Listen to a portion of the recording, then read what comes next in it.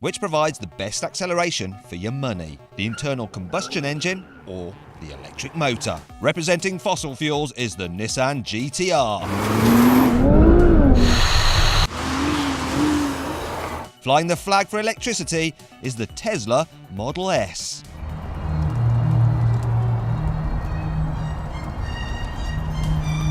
Now, some of the fanboys out there might be wondering why the heck we haven't got the Tesla P100D. Well, that's because it's not available in the UK yet. And actually that car will cost over £120,000. This 90D is around £80,000, which means it's matched exactly for price to the Nissan. So fair's fair, all right? I'm going to compare these two cars in a number of tests to feel how much G-force they pull. Come on, Tesla! Gauge their overtaking ability. 3, 2, 1, go! And time them over the standing quarter mile. Petrol power! But first, I've laid a table. I want to analyse initial launch ferocity by seeing which car can swipe away a tablecloth with the fewest breakages.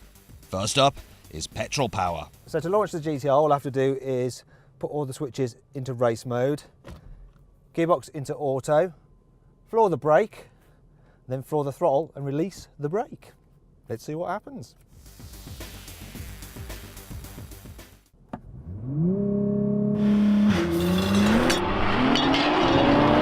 Oh, that was a good launch. Right, and let's see how we did. Oh my God, look at that! That's amazing. There's only a bit of broken crockery. Blimey, this thing launches so well. I'm amazed by that. But will I be even more amazed by the Tesla? Let's find out. Okay, so on this particular car, there's no launch control as such, but I can turn creep mode off, and then it's just a case of putting it into drive and flooring the throttle. So here goes.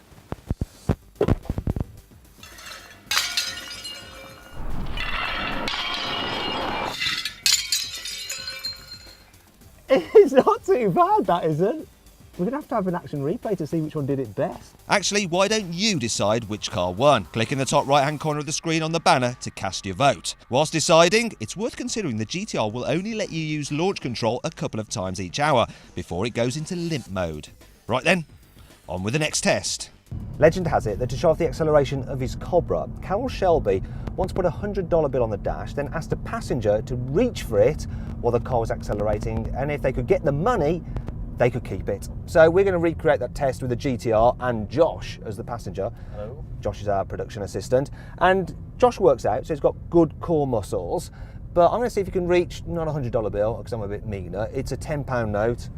Right, I'm going to launch this thing. Well, I'm going to be driving along at 30 miles an hour in second gear. I'm going to floor it, I'll say go, and you try and get the money before we reach 100 miles an hour. Exactly. See if you can. No, that's right, you pull your seatbelt out like that so it doesn't lock down on you. Now, are you ready to go? I'm ready. Okay. Go. Come on, car! Oh! You got that at 87 miles an hour. Damn it! That was tough. What are you going to spend it on, Josh? Dinner tonight. Yeah, you're a cheap date, aren't you? Unlike Josh, the GT-R isn't a cheap date. In fact, it's rather expensive to run. I averaged just 30 miles per gallon from it.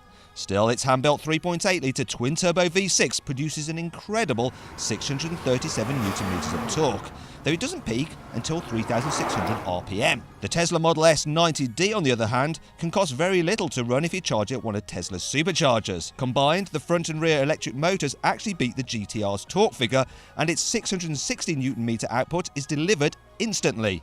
But at 2,108 kilograms, it weighs over 350 kilos more than the GT-R. So, what effect does all this have? Right then, Josh, we're going to do the same test again, this time in the Tesla. Double or quits. If you can get it, keep both tenors and maybe take someone else out for dinner as well. If you can't, you have to give me the other one back. Right, I'm cruising at 30. See if you can get it before we hit 100. Okay. Ready? Ready. Go. Come on, Tesla! No! Oh, 70 miles an hour. You got it at 70. That was hard. That was hard, it seemed easier. Well, initially it's much harder. I got launched back, I think, a little bit more than on the Nissan, but it kind of dies towards the end, and that's when I could claim the extra 10 pounds. Okay, right. Damn it! I'm down 20 quid. The Tesla is down too, but not out, as there's a real-life scenario where its reactions could give it the upper hand. That moment when you see a gap in traffic and want to overtake instantly. Okay, so for this, we're going to go up to 50 miles an hour. I'm in automatic, obviously he's always in automatic.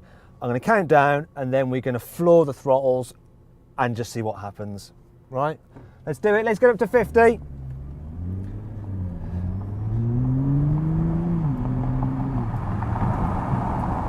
Here we go then. 3, 2, 1, go! Oh, he's gone, find a gear, come on, it's in gear now. But he's pulled ahead of me. Here we go, GT-R.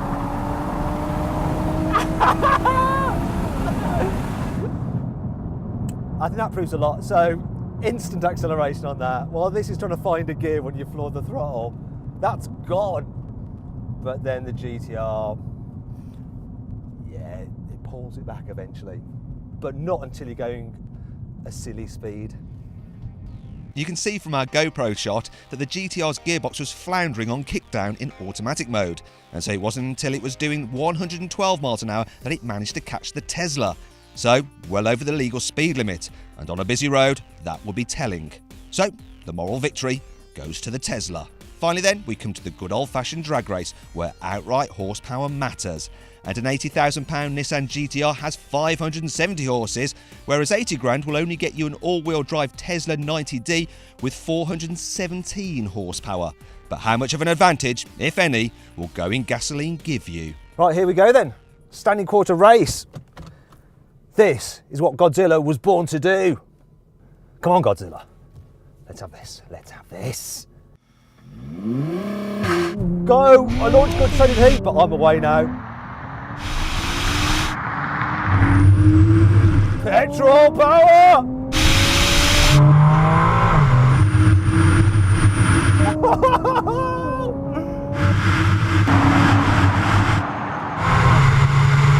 Oh yeah! That's it. I mean, that Tesla got away, same speed, for the first 10 metres. But horsepower's what counts. And this has got more power. The Nissan did the standing quarter mile in an incredible 10.9 seconds. The Tesla did a respectable time of 12.2 seconds. And in the end, the Model S had a pretty decent showing overall. However, based on all these challenges, it appears the internal combustion engine still gives you more bang for your buck than the electric motor. If you enjoyed this video, please like it and share it, and click on our logo to subscribe.